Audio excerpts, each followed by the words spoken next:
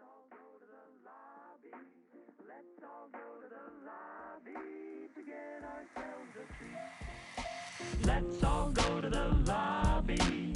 Let's all go to the lobby. Let's all go to the lobby to get ourselves a treat. Welcome, ladies and gentlemen, to the Double Feature Podcast, where every week me and my boy David go back and forth talking about movies, understanding movies, trying to find the best thing to kill your weekend, the best marathon, the best double feature. David, how you doing? I am feeling great, Dean. I am partying like it's in the 1910s. Man, I mean, that sounds riveting. Riveting. the Charleston amusement parks are starting to become a thing with these rickety wooden things called roller coasters. There's the World's Fair. There's a lot of immigrants coming to the U.S. I don't know.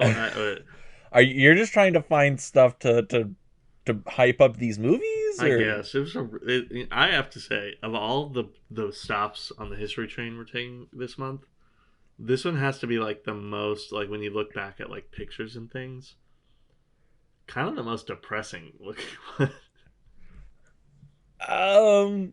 Yeah, maybe these are not feel good movies. No. Well, yes and no. I think again, one of them has a lot of good redeeming qualities to it, and even feel good moments, I would say. Although I know that's not necessarily the aim of the movie. The other one is exactly like its source material in being absolutely crushing. Yeah, I agree with you on all those parts, but I guess we should probably let the people in on what we're watching this week. David, what are we watching? Yes, this week we're watching two World War One movies. That being, not that they were set during, or not that they were made during the time, or necessarily are just. I don't know what I'm trying to say. We're watching All Quiet on the Western Front and The Grand Illusion. Yes, two films about World War One that are from the perspectives of two opposing sides of the war. True. And we actually have some first on this week. For the First World War, we also have our first foreign film, that is Le Grand Illusion, or The Grand Illusion, directed by Jean Renoir. It's French, and it's really cool. And then we also have our oldest movie on the podcast so far. It beats out Mr. Smith Goes to Washington, and that is All Quiet on the Western Front, made in 1930. So we nice new things going on. Yeah. Boy, does that age show for All Quiet on the Western Front. But we'll get to that later. We'll get to that. Wow. I really enjoyed All Quiet on the Western Front, but okay. We'll get to that. We will. And we will get to that right after I let everybody know what these movies are about. Let's get to these log lines. Yes. What's the elevator pitch for these two great films?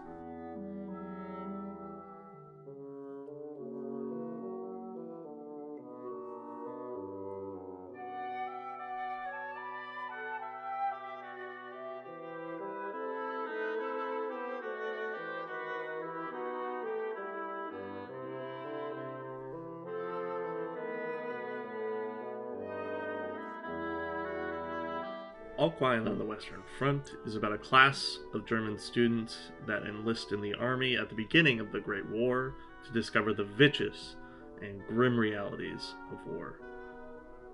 The Grand Illusion is about an imprisoned group of French military officers as they set up a great escape from their luxurious prison camp until the complications of status and politics complicate their plans.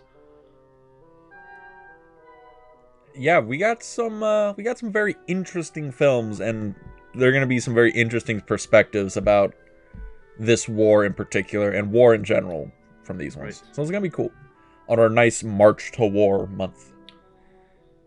So yeah, let's keep marching forward. What sequence did you go for these two? I started with All Quiet on the Western Front, and I ended with The Grand Illusion. Me as well. I felt that was Yeah, I felt that was a pretty good way to go with it. Just from the oldest to the newest kind of thing. But honestly, I think both these movies aged really well. They were both really watchable for being, 90 years old. Yeah, I mean, Grand Illusion, I was quite surprised and impressed with it. I know it's really is heralded as one of the best movies ever made, which is Mm-hmm. no small feat. That's for certain. Yeah, Um, the status of this movie is so high. It is Criterion Collection #1. It is the first film in the Criterion Collection. that is true. Um, Yeah. Shout out to anybody that went to that flash sale this past week.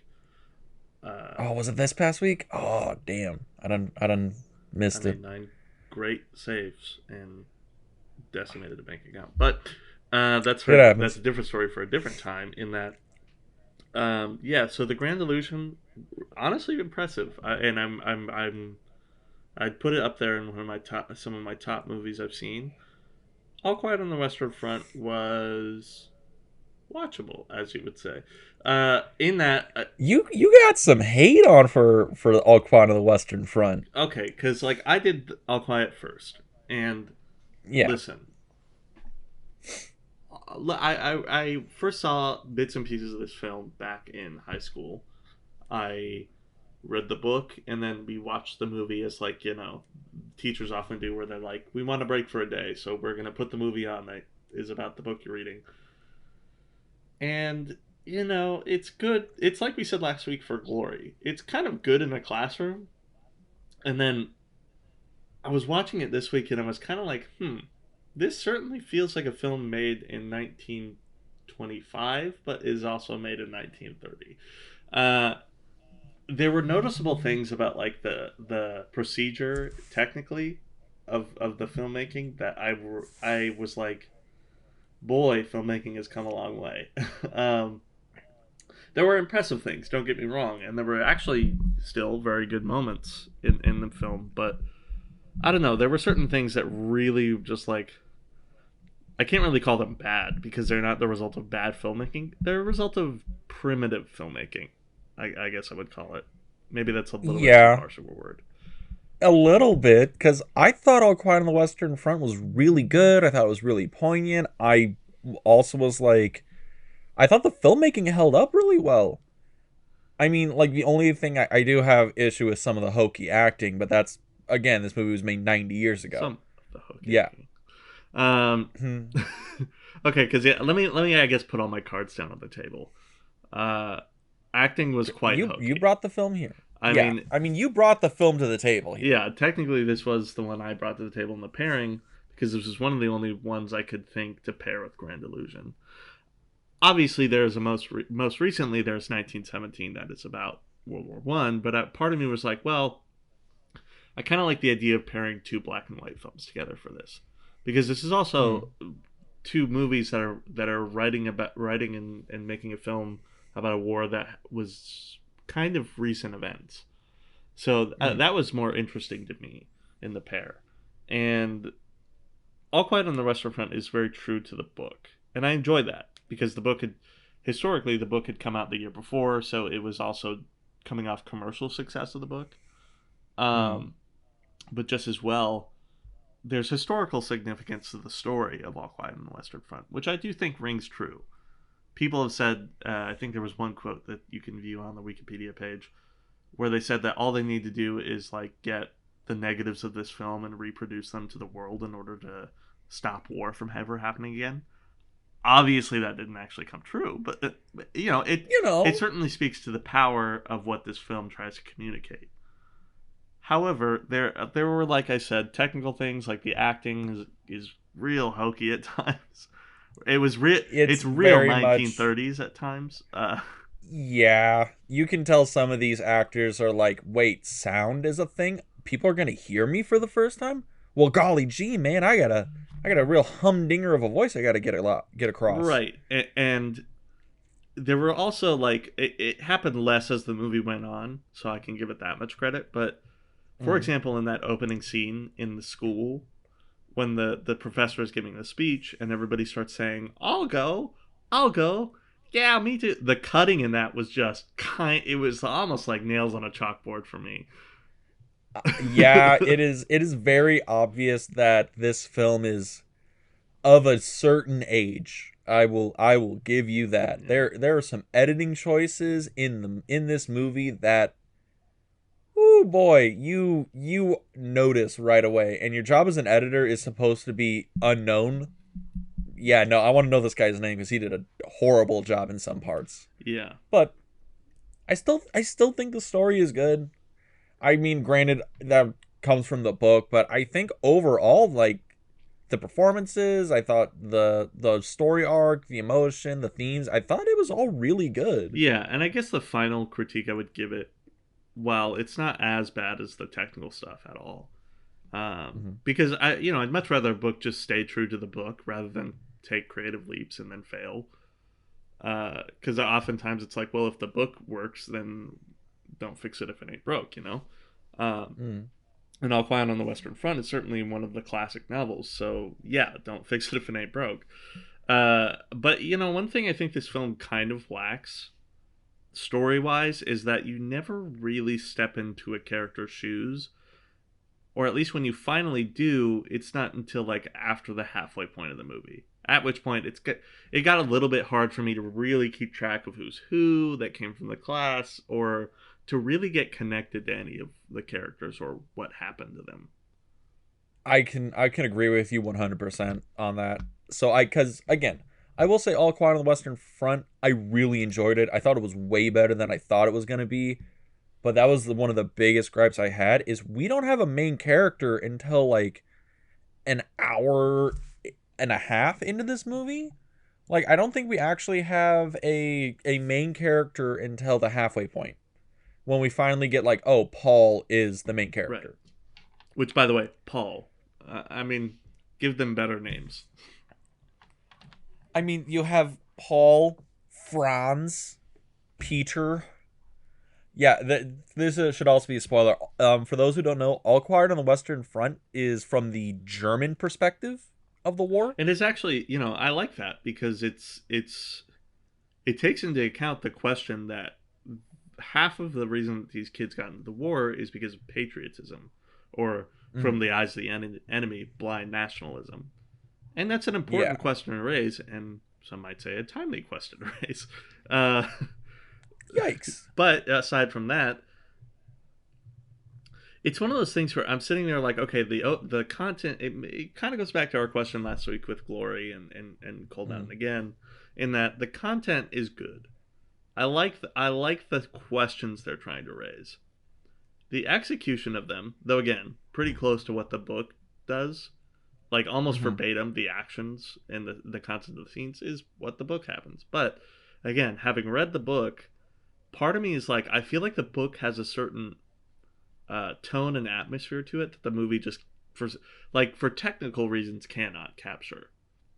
Because, like you said, the It the gung ho-ness of that first scene is not quite the same in the book. It's still that what they're trying to convey, that everybody's so like, we have to go off to war, you know. But there's also like this, we're gonna kick our heels and grab our rifles like GI Joe, or you could just tell they're American, so that it doesn't quite feel as immersive. oh yeah, you can tell the people in the movie that's not German patriotism, that's American patriotism transposed on a German Which story. has its own irony, I will admit. you know. But there's another scene too that does this in that. Um, Forgive me if I can't remember the character's name quite, but there's a character who is stuck in one of the foxholes after the advancement of the Oh, enemy. oh, that's Paul. Paul's the one stuck Okay, in the yeah, yeah, foxhole with the other soldier. Yeah. yeah. So in the book, it's almost exactly like it says in the book, right? He stabs one of the enemy soldiers as they're advancing. None of the advancing enemy really sees the attack. He then stays in the foxhole, kind of still shell shocked by the fact that he tried to be courageous, but it didn't really work because he's, Yeah. a boy. Um, and it goes through the whole thing, like, I'll write to your family. But in the book, because it's written from like variable first person perspectives, you're in the first person perspective of Paul in the book, and you could go through his thought process of like the book is very eloquent in that it goes through the whole, we are both just men trying to live in our own separate countries, and aside from our language and nationality, we are the same man who just wants to be somebody in the world. And you have a family just like and I want to, and that's where the question is raised, like, oh, I want to write home to your family, and I will do a service to you of like, the book makes a whole emotional thing out of it, whereas in the movie, it's I understand. yeah. The movie is you can't be in a character's head in a movie.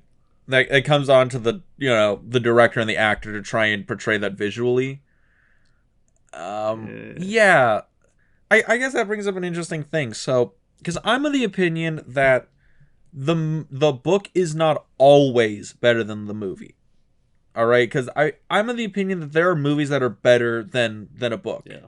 I'm of the opinion that The Godfather is a better movie than a book. That might just be me, No, but yeah, yeah, I think a lot of people would say that. yeah. And I would even say like The Wizard of Oz might be a better movie than the book, and so on and so forth. But in a question to you, you would say the book is better than the movie in this case? Or at least, like, again, I go back to the fact that it's really technical limitations that stop this movie from going there. Because when you think about it, I mean, if we want to go back to critiquing the editing of the movie, it's kind of an editing choice, and that there are certain technical things you can do to get around the fact that you can't put a camera in somebody's head, like cutaway shots or Mm. voiceover or what have you, that can create a feeling that you're in the character's head. For example, whereas in the book you can read the character's thoughts and you can tell he's thinking about this man's family back home. The movie, and like we said last week with uh, the two movies, there's the exact opposite of show and tell in All Quiet, where they literally just have him say, "I know you have a family back home. I'll write to them. I'll write to them and tell them that, and I'll do anything." And the character just starts like mud mouthing everything, and it's like, well, I took that as him kind of breaking. Like his mentality, he's like isolated in that foxhole with basically a dead body for so long. He just kind of broke because he's just like, I need to talk to somebody. and that's fine, but it's overacted, and again, I'm not blaming it on the actor per se, because there are, again, kind of reasons of the era that contribute to that, and that a lot of, because sound was a very recent technique. I mean, not so recent, but that sound had recently come into frame.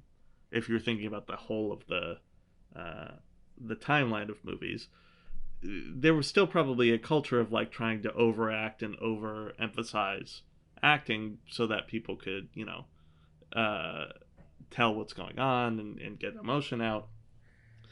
People are still coming from that theater mode of acting where you're playing up to the cheap Right. seats in the back of the auditorium. Right, and then like as a result too, the dialogue is what's supposed to try and help you get into the character's head, but overall, it's one of those things where it's like, I don't know. I think it's a much more abstract idea what they're playing with, and that maybe some advancement in theory and technology is what this needed.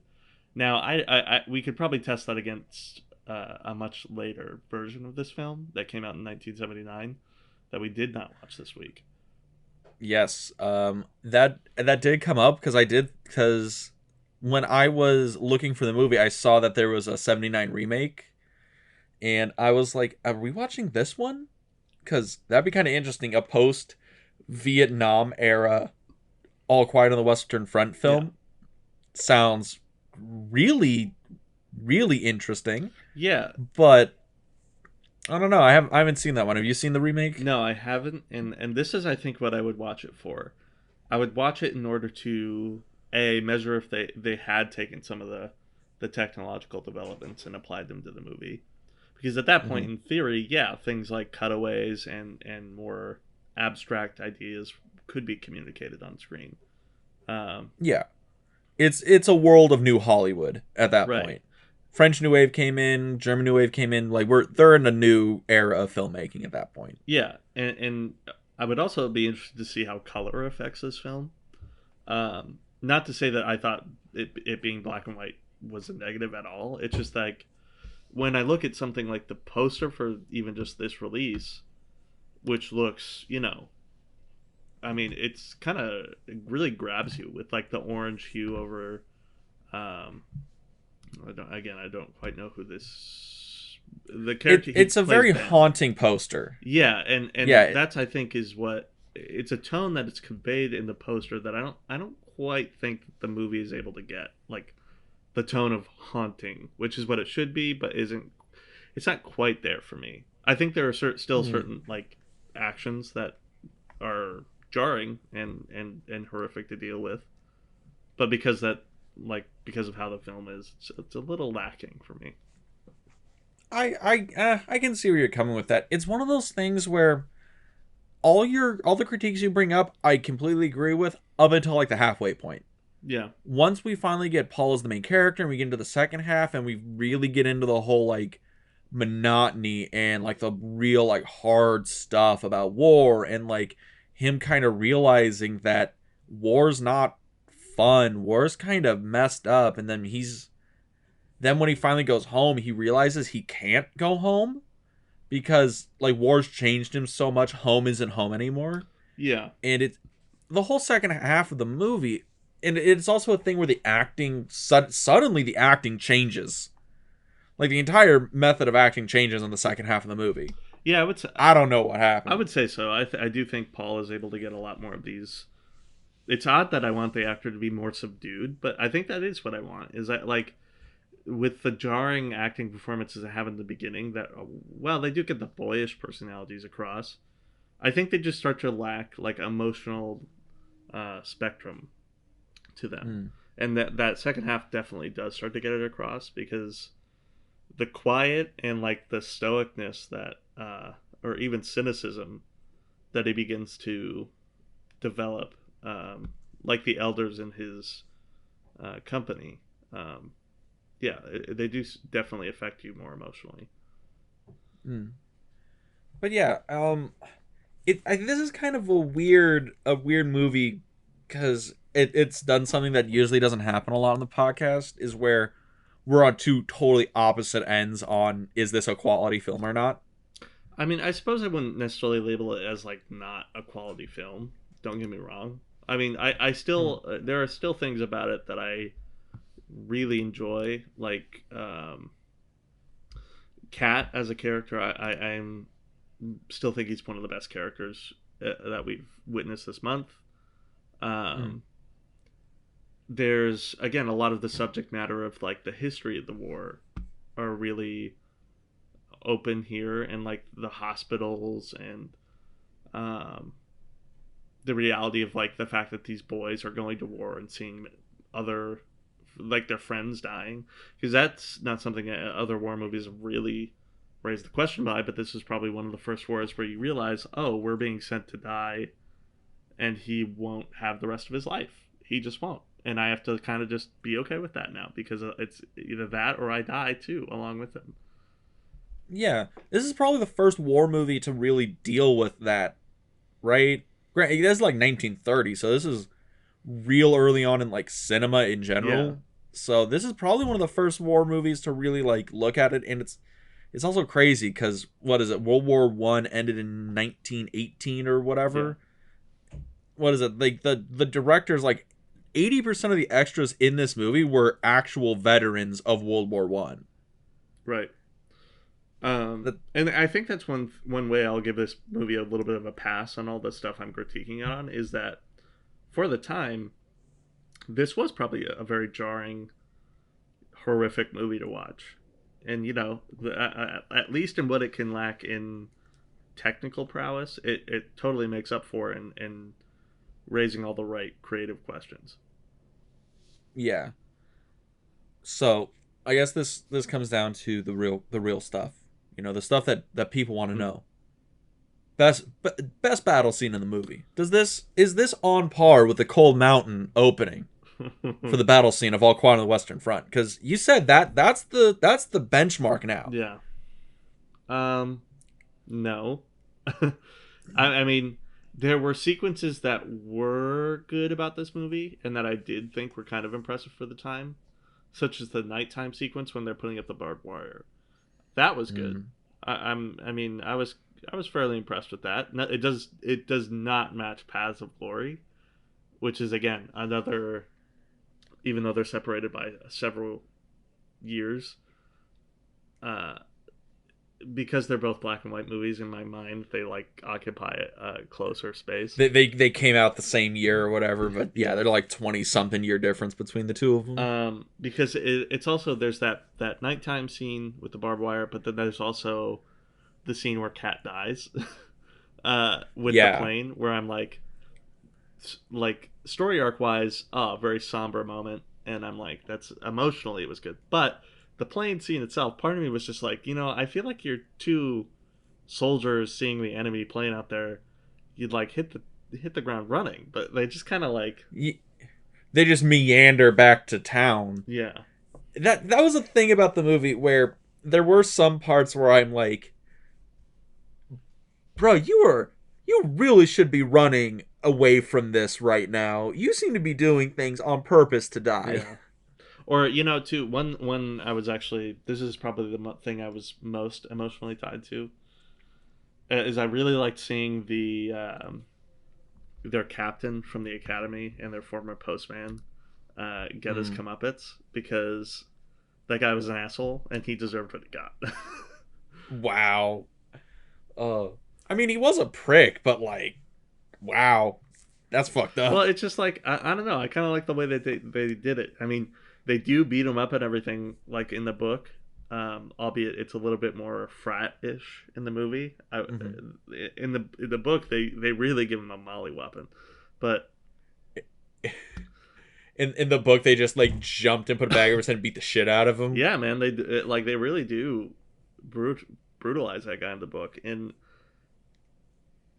I still, even so, liked the way that they brought him back into the story, where it's like, they make a note of the cynicism, they make a note of the fact that this guy's just trying to feel like he has authority for the first time in his life, and then on the battlefield, when that starts to unravel, you just see him like totally lose his shit.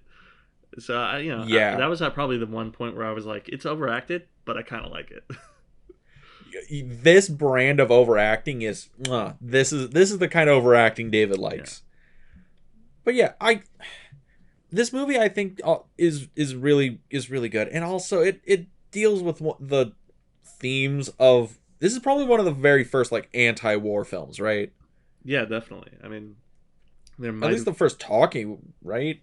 Yeah, I'd be interested to know if there were, but if it is, that'd be a very interesting piece of cinema history. Yeah, I'm actually, because this movie, inclined to look that up now. No worries, you look it up. I'll do my spiel real quick. But the movie is very like, it's very intriguing because it's a very anti-war thing, and it goes through the entire arc of why like guys, like young kids, would go into war. And it's the glory, it's the recognition, it's the thing where it's like, like my town will respect me. I'll be a somebody, I'll be a soldier. I'll, protect my country. I gain a status. This is 1914 or whatever. There's status to being a soldier. And they go off to war and they're going to fight for, home and country and, tally-ho. And then as the brutality starts to unravel, it is immediate that war is not like fun or cool or nice. Everything is brutal. Like, all the soldiers are starving, like, out of the gate. There's not enough food. There's not enough anything.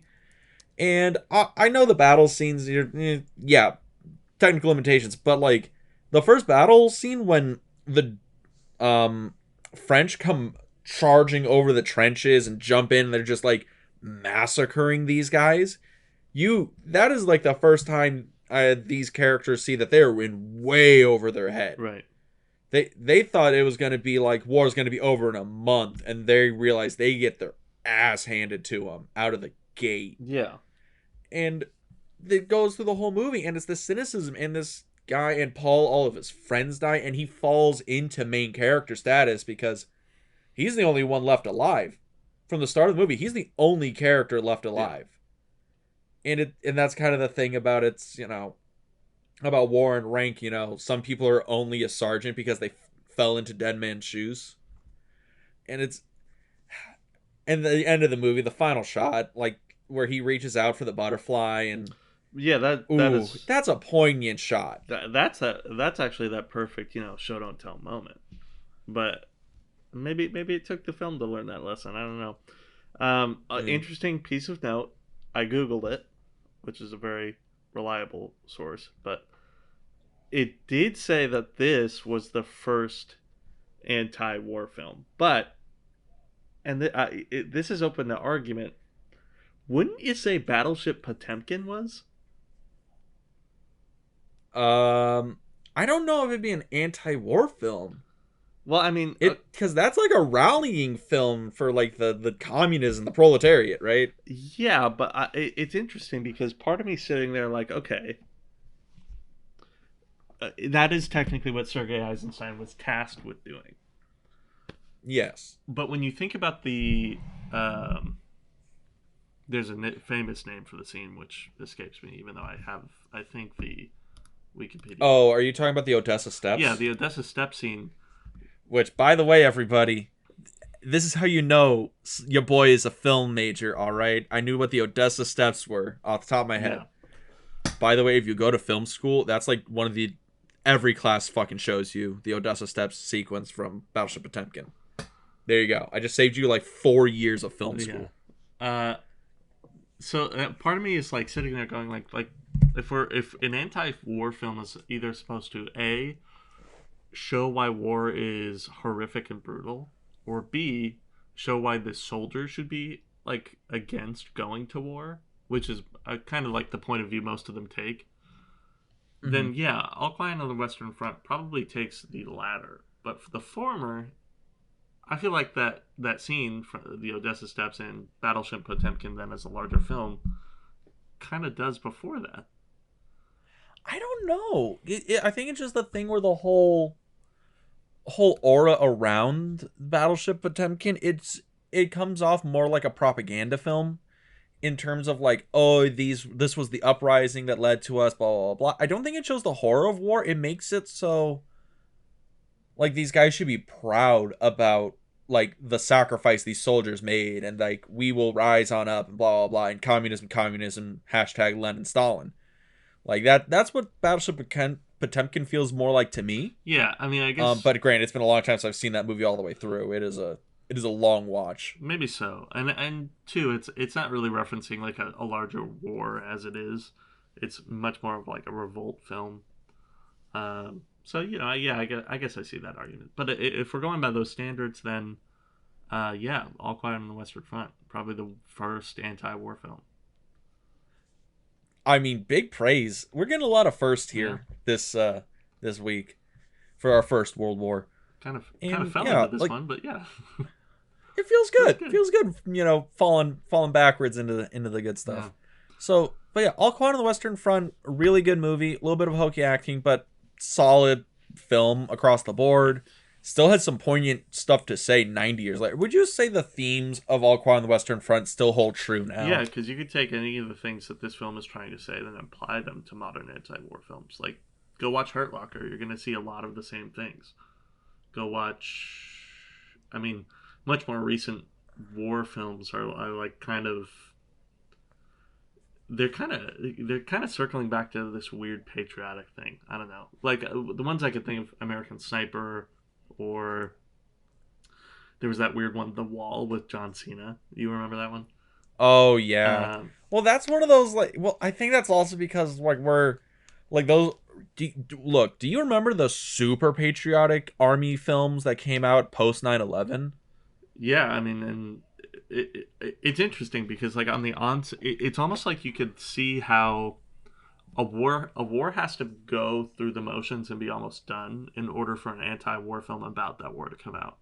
Because The Hurt Locker is about the Afghanistan war, or the general war in Iraq and conflict in the Middle East. And that's a super anti-war film.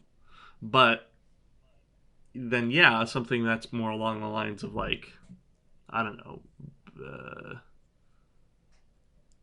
Jarhead's not really a pro-war film, now that I think about it. Dude, I don't think they've made a pro-war film in like 40 years. Yeah, but I get what you mean. It's like, I mean, I guess you could say, like, what is it? Captain Marvel is pro-Air Force, if you want to do that. I mean, it's also based on fairy tales. But yeah, okay, Captain America: First Avenger, like that. Based on fairy tales. I'm reaching here. I'm not gonna lie. I'm reaching here. But yeah, I get what you mean. Yeah, I don't know. It's just an interesting thing. Yeah. It's just an interesting thing. But yeah, All Quiet on the Western Front. There you go. Themes still hold up, but we got to get into the other movie. We're gonna round back and talk about it in more context a little later. But why don't we go on to the film that David's been itching to talk about? Le Grand Illusion, or The Grand Illusion, because my French is horrible. Yeah. We're gonna talk about it right after this. This one, right after this one.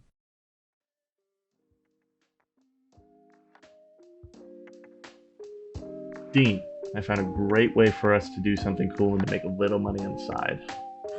Great. I've been looking for a new place to put my money. What do you got? No investment needed. In fact, it's super easy, and there's creation tools we can use to record our podcast right from the phone or computer. Wait, why would you record a podcast on your phone? You want? No, never mind. Where do I put my money for this? I don't need any of your money.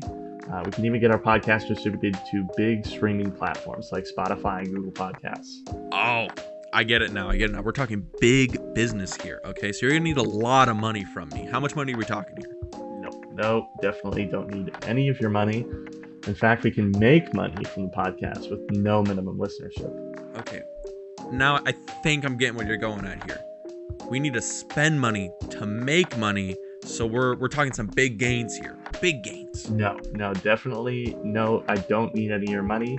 Just all we need to make a podcast right in one place. Okay. So what you're telling me is that you're gonna need a pretty big check from me for this podcast. So do I just make it out to cash? Because it's no problem for me. I'll just write it up right now. No, listen, Dean, just head over to anchor.fm and check it out. You'll see why Anchor is the best place for us to record, edit, and distribute our podcasts. And I definitely do not need any of your money. Shut up and take my money.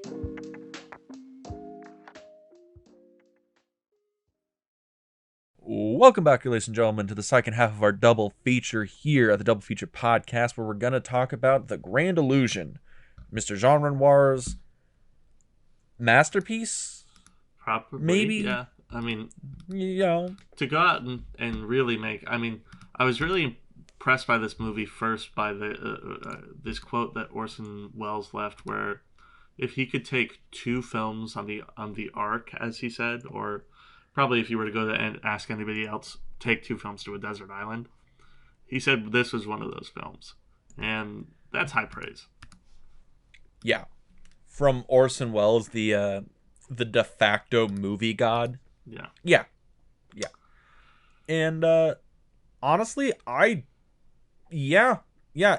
I had a desert island list desert island list excluding all the schlocky shit that I love, this is on the art house desert island list, right? Yeah, I mean, what doesn't this film have? This film has comedy, it has drama, it has love, it has action. I mean, it's all over the place, but it's all the best stuff. Yeah, and it distills everything down in these very poignant scenes, and all the acting is good. And this is 1937, and we don't get 1937's hokey acting. Like, we don't get that. We don't get the super hokey, let's go, boys, like we do in All Quiet on the Western Front. We get really we get film acting in this movie. So, bro, we just gotta go for this. So, what about this movie is great, and then we'll go into what about this movie is bad. What about this movie is great? I mean, everything. What about this movie is bad? I don't know. I'm actually interested to see what you have to say because really, I mean, genuinely, I don't think there was really a thing about this film I thought was bad. You could say that this movie does suffer from, like, again, the 1930s. There's a little bit too much talking going on to the point where I'm like, Hmm. especially when people are talking in different languages, a little hard to follow. But I mean, okay, so this one thing kind of irked me too. This is a, like you say, a French film technically Yeah. that takes place half in German that also Yeah. at random points breaks into English. Yeah. That was a thing that I felt was very off off-putting or weird. And I'm not one of those guys who is like, it's not in English, then get it the hell off my TV. Like, I like foreign films. Like, one of my favorite movies is M, which is it's a fucking German film. But yeah, it is weird when we have these guys talking in French, then in German. I could deal with it, and then they break into random English. And it's not like they have full conversations in English, it's just random words and phrases they say in A English. little bit. There are a couple points at which they do. It's weird because it's not full scenes, but it's also not like just phrases. There's a points when they do exchange back and forth in English out of nowhere for almost no reason. You know, and it's interesting because I think the reason it especially interests me is that the characters do acknowledge that they speak different languages because obviously they're speaking French on one side, German on the other side. Some of the officers know how to speak French, so they speak to them that way sometimes, and then sometimes they're also like trying to acknowledge that there's a language barrier with the German. So I Which is great because we don't see that in war movies No, anymore. we don't, and it does help with the immersion, and that's probably one of the reasons I was able to get into the film a little bit more. Is that I'm sitting there like, okay, yeah, I could believe that everything that's going on. But yeah, the random bits of English, well, wouldn't complain because now I can finally understand what they're saying. Um, yeah, it was just like, why would they break into English at that moment? I don't even know, really, because like, so Eric von Stroheim, he's the gentleman that plays God, uh Raffenstein. Yeah, He's he is also a German born actor, director, lived in America. He was in Sunset Boulevard. He was the I believe he was the butler in Sunset right. Boulevard. Yeah, And I found this out doing a little bit of research. He had lived in America so long, he basically forgot all of his German, and he had to like kind of relearn it on the set. wow. So, yeah, so Jean Renoir would like talk to a translator in French. The translator would translate it to him, von Stroheim, in English, and then von Stroheim would have to kind of retranslate that into German. So it might have been a caveat to him. Like, he's like, look, I haven't lived in Germany in like 20 fucking years. I don't remember how to say some of this stuff. That might have been it, That would but that would have been a really weird thing. Yeah, that would actually explain it. And is an interesting tactical Easter egg. There you go. So maybe that could very well be it. And again, it's not really like. I guess it's more that now that I know that's what the deal is, it just makes sense now, and it doesn't really bother me anymore. And I would be hard pressed to really find other things that bothered me in this film, if I'm being honest. I mean, if I can go down the list real quick, all the characters are interesting. Yes. Every character is interesting and has conflict with another It character. has that perfect story balance of like there's a plan from the beginning and we know there's a premise, but also it takes certain twists and turns along the way that are surprising. Such as, okay, the plan from the beginning is that they're going to escape from camp as a group, but what happens when some of them are transferred to a different prison, you know? I mean, those kinds of questions are brought up and they add to the story. There's emotional avenues that this movie takes, such as the ending sequence, which is great. Um, there's comedy. I mean, that's one of the things. I think the things I enjoyed most about the movie is that it's funny. Yes. Oh my. Okay. Funniest part of the movie it has to be when the guy comes out and he's like, "Hey guys, look at how I'm dressed up as this girl. Isn't this a funny costume?" And every guy in the POW camp just like is like, "I fucking this guy." Yeah. And I'm like, "Ooh, buddy, you're going to be asked to put the wig on like tonight. You should probably hide that costume." Yeah. Uh, We'll explain what that means in a second, but it's a really funny scene. yeah, Okay. yeah, yeah. I don't know. I mean, everything about it, I was like, yeah, Wells has a point, if I may say.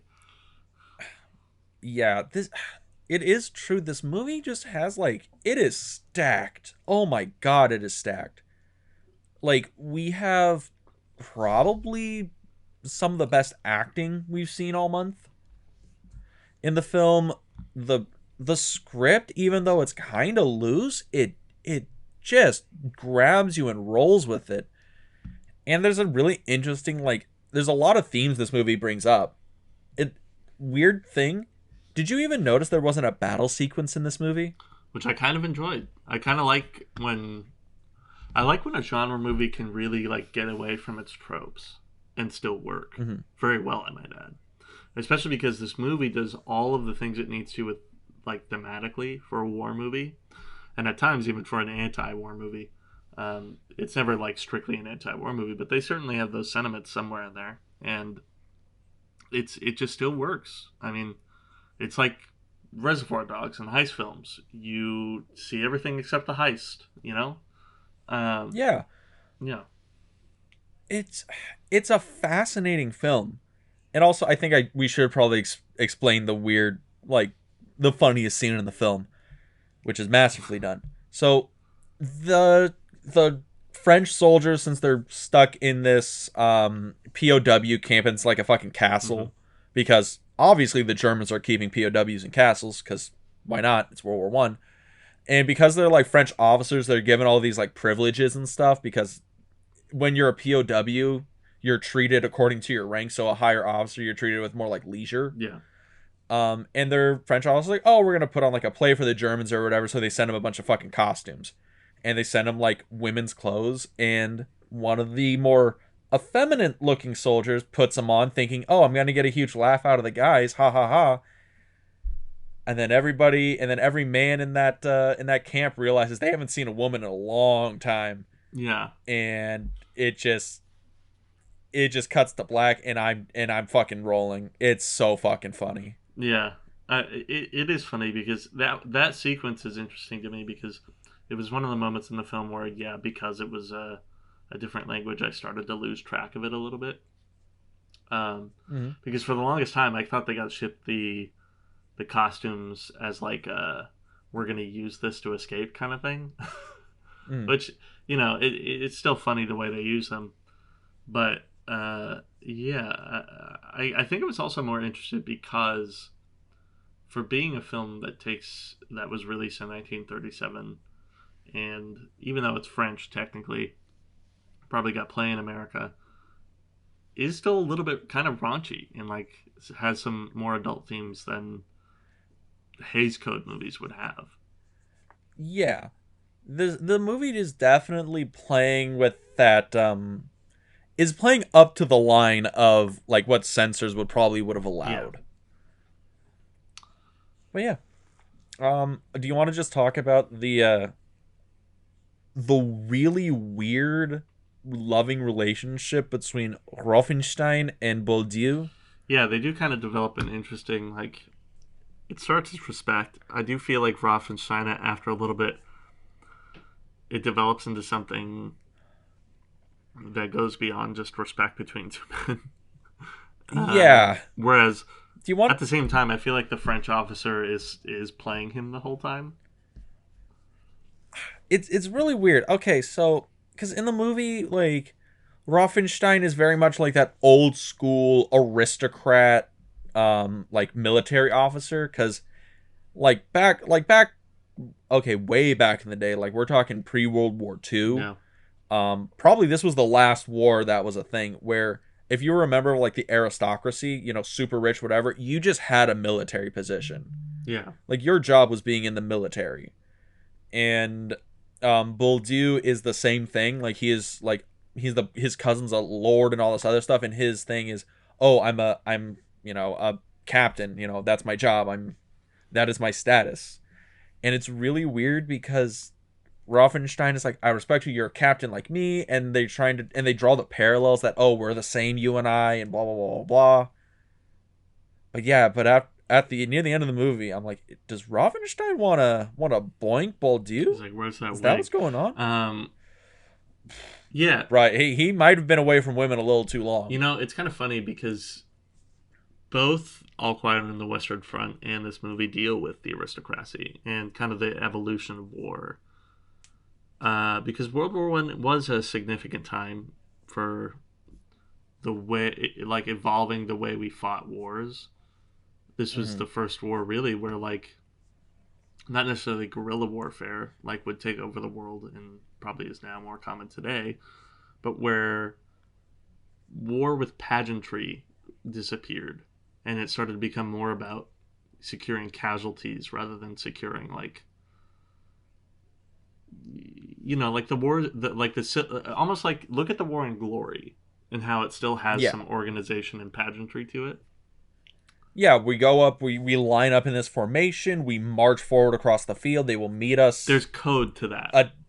They'll meet us 100 paces away, we'll shoot at each other, reload with our fucking smoothbore rifles, and charge each other when formation breaks. And it does start to, like, it is kind of, like, asinine to think about now, like, today, when the world is, like, always 3 steps away from total annihilation. It's 3.5, I'm an optimist. Yeah, well, it depends. Depends on who's who. It's kind of weird to think about that. The world was once a place where we fought in such a meaningless way.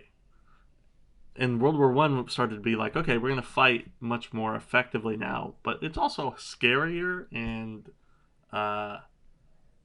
you could probably say, well, like we said before, horrific.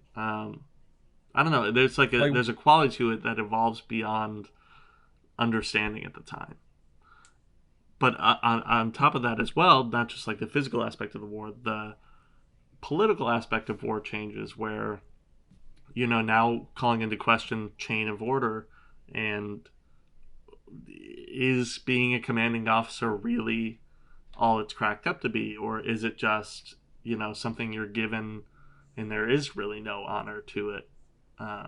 Both of the movies do that in certain things, like the postman arc in All Quiet on the Western Front, and then kind of this movie deals in it all because it's all about officers, which is kind of the parody that I really like about this movie, and everything, all the war camps they go to being basically Hilton hotels. Yeah, that was something that was a little weird to me, and I understand that that's more or less accurate, because like that was a thing in World War One, and I believe even World War Two, where if you were captured by the enemy, you were treated according to your rank. So if you were a captain, you went to a nice kind of, you went to a prison. Don't get me wrong, you went to a prison, but it was a nice kind of prison. You went to like a minimum security. You went to like a club fed. Yeah. And then if you were like a foot soldier and you didn't die in battle and they decided to keep you as a prisoner of war, you probably broke rocks and like built roads and shit. Yeah. I don't know. It is interesting because you start to see like these meaningless rules in society start to break down, and yeah, by the Second World War will totally be gone. Oh yeah, all the pageantry of like, oh, we're gonna have the commanding officer ride out on a fucking horse and he'll draw his saber and yell charge, and we'll charge up over the out of the fucking trenches across the fucking field. Yeah, that's gone. Yeah. That's gone after this. Which I think is interesting what this movie deals with. This is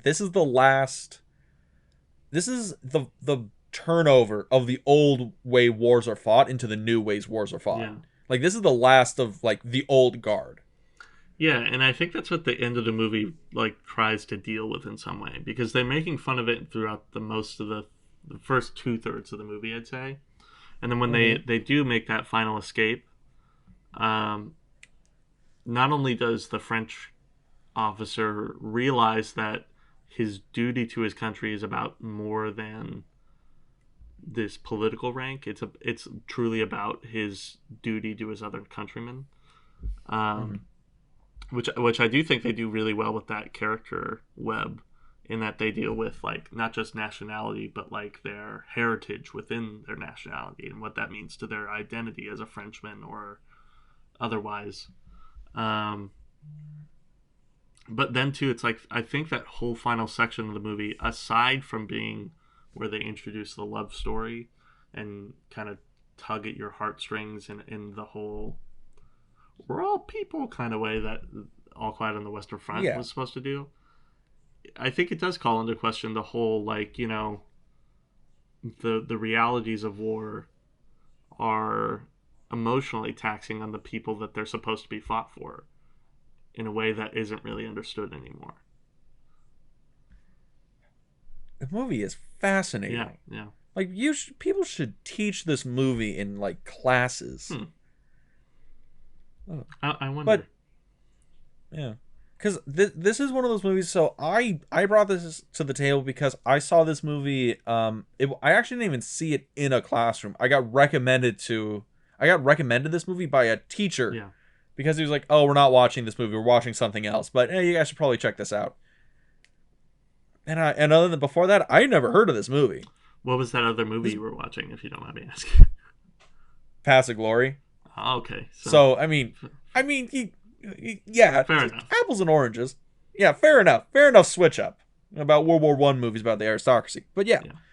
But this movie is fascinating. Certainly. Because I know I was trying to find something. Oh, let's talk about the goods and the bads, and we did talk about the goods.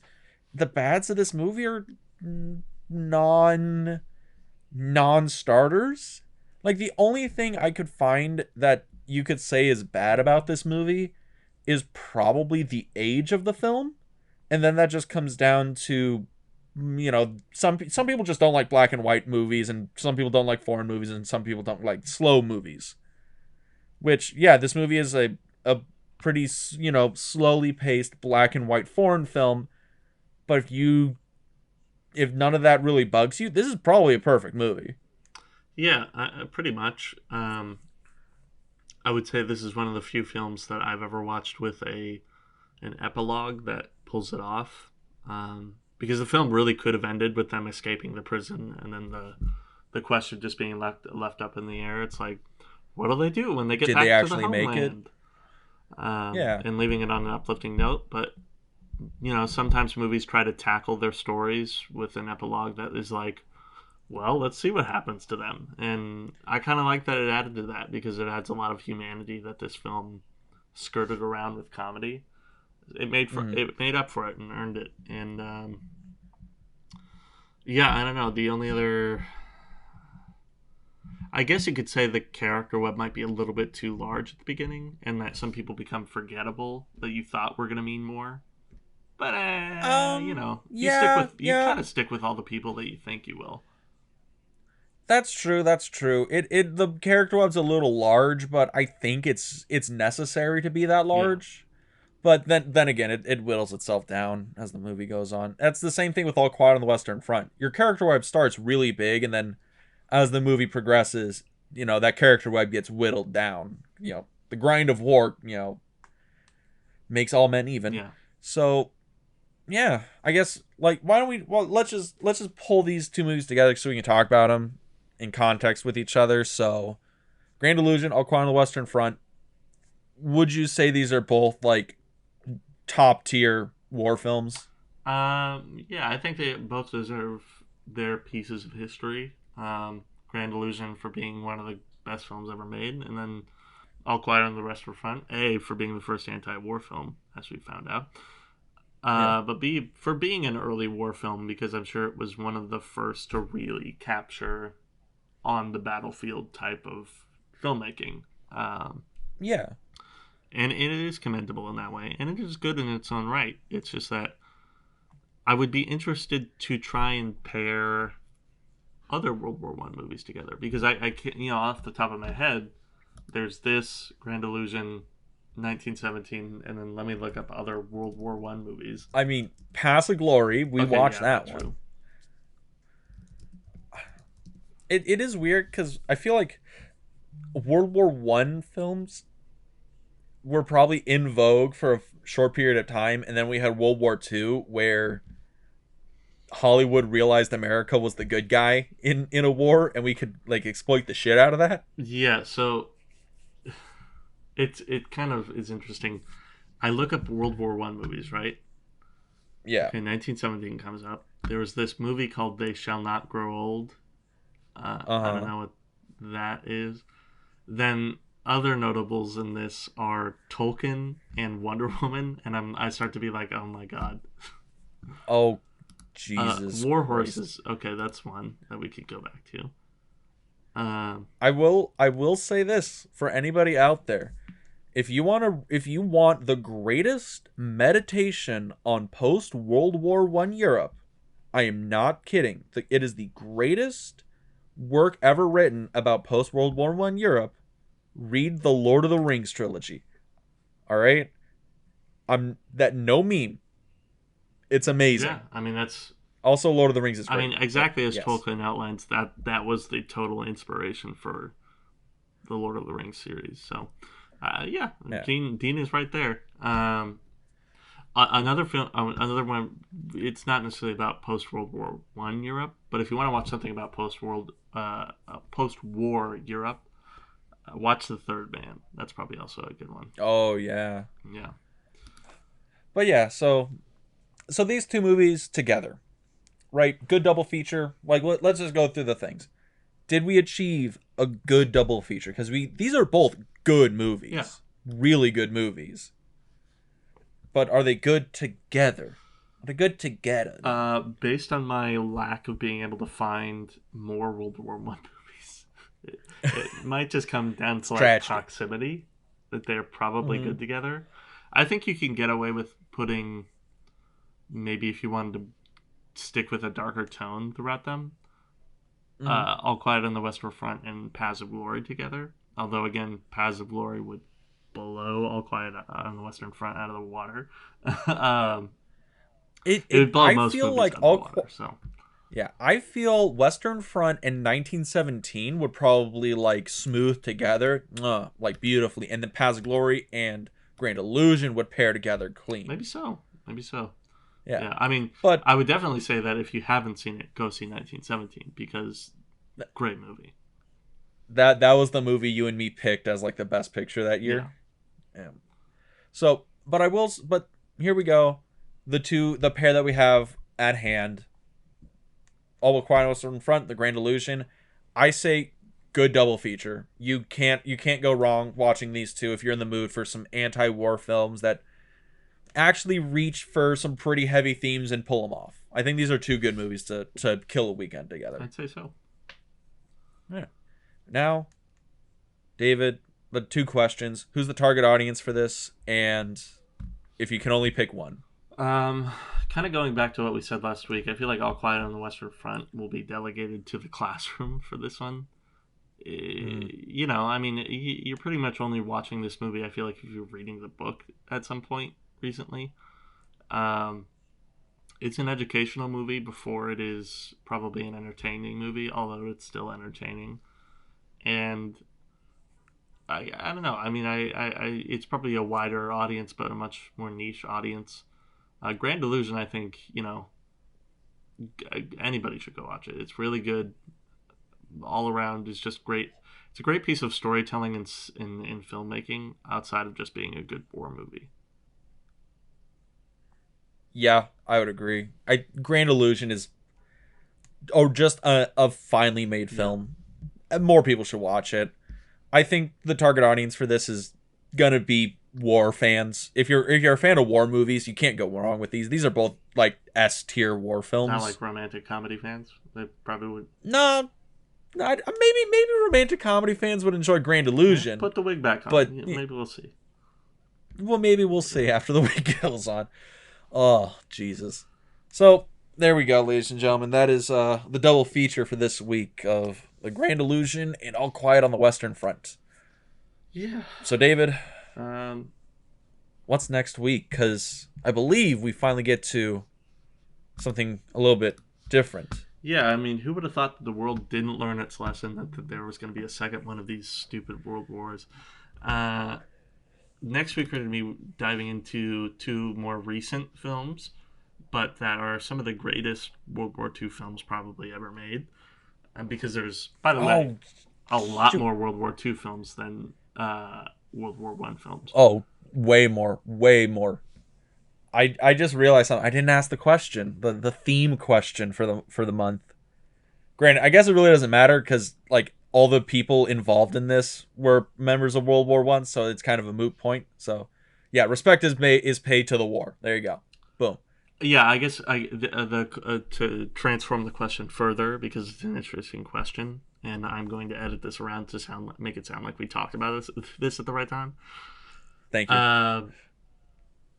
Yeah, I feel like historically speaking, All Quiet on the Western Front is obviously pretty much it's there. They would have everything at their disposal to do correct duty to it. Aside from maybe the original author, I mean, I guess he would have had firsthand experience, it being, having been about a book that came out the year before. So um, he probably has some first-hand experience that would have educated the book. I don't know much about that, so I would have to look up more. That would be the only thing holding it back, and maybe that the only thing left in that is when you're trying to add comedy to the mix, do you still have to be beholden to the war? Because that would be the interesting thing I would ask about Grand Illusion is, was it accurately depicted how well the officers were treated, or is it played up so that it, could serve the comedy? That's the thing because I feel All Quiet on the Western Front is like this is. I feel like that's the benchmark in terms of paying respect to like the real like war and the real people involved in the war. Like that is like S tier. Like this is how you do it. Grand Illusion, I that is probably the only thing that I could say is a mark on the movie is at some points it doesn't because it doesn't feel like these guys are in a harsh dangerous war. It just feels like these guys are, they're POWs. They're, they can't leave, but they're not really being treated all that poorly. It just begs the question is how accurate it is. Yeah, because But granted, what is interesting, I just looked this up. The Grand Illusion is also based off of a book called oh, The okay. Great Illusion, but it came out in 1909, so it actually predates World War One. So it's not about World War One in its original. In its original Yeah. context. So what's interesting to me is like to what extent then do the producers of the film or the writers um, take the story to apply it to that war, and maybe that's what they find out of it. I don't know. I'd be interested to see the differences between the two because I obviously know the differences and not differences really between the book and the movie for All Quiet, but yeah, I would be interested to see what the differences between those are because I think that would answer our question for this week. Yeah, and I do it also is one of those things where the Grand Illusion, even if it's not paying respect, it excels so well at being just a great film. It kind of goes back to what we said about Gladiator. Even though it's like paying lip service to like the reality of it, it's just trying to be a great film. Where I mean, Grand Illusion, it does a little bit more than lip service. I mean, Jean Renoir was actually in the French Air Force during World War One, but like it's weird. It's interesting. This question will continue to evolve, and as it continues to evolve, we will ask it next week for the movies we watch. David, what are the movies we're gonna watch next week Well, on World War II Electric Boogaloo? right. We are going to be watching two of the greatest World War II movies ever made. We're going to be doing Saving Private Ryan, the classic Steven Spielberg film. And then we're going to be doing a more recent Dunkirk, the Christopher Nolan film, which some might say is one of his masterpieces. And to everybody out there, you can cheer and say hallelujah because we finally got to World War II films because there's way more of those than any of the other movies we talked about this That's week. definitely true. So yeah, I'm very excited. Saving Private Ryan was one of my favorite films growing up, and this would be the first time I've ever seen Dunkirk. What? Jesus. Yeah, I know. I'm a fucking plebeian. I never had the chance to see it, so I haven't seen Dunkirk. This is gonna be the first time I'm gonna see it. This is going to be interesting because I love Dunkirk. It really is like I'm gonna hype it up now, but it really is, I think, one of the best films of. I guess it came out before 2020. I mean, I know we often say like The Social Network was the film of the 2010s. I don't know, man. I think this is one of the best movies of that decade. It's gonna be good. It's gonna be good because like I feel like Saving Private Ryan is the benchmark that not all World War II movies are measured by. All war movies are measured by Saving Private Ryan. And I feel we're gonna have to do a separate like hour-long episode on just the beaches of Normandy scene. Cause that, oh my god, I got some stories to tell you. But yeah, like Saving Private Ryan is like the benchmark for the greatest like war films you can have.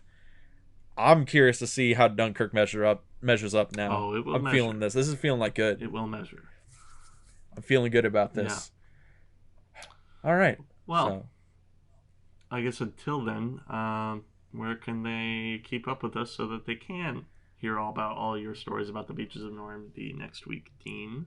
Well, the best places to keep up with us are things like our YouTube channel, In the Frame, where we show this show, the Double Feature Podcast, as well as our other show, Too Obscure for TV. And you can also follow us on other, podcasting sites, namely all of them, like Google Podcasts, Spotify, so on and so forth. Everything except Apple Podcasts for some reason, because they're mean to us. We continue the grudge. We will continue the grudge forever.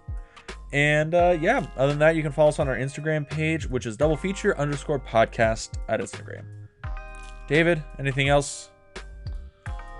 I mean, get ready for the world to just not learn its lesson next week. That's for sure. Almost hard to think that they would do that again so soon. But, it's such is the way. History is cyclical. It is. People are complicated. Yeah. So until next week, Dean, it was a pleasure. As it was to you, sir. All right. All right. We'll see you next week. See you next week. All right, everybody. Peace.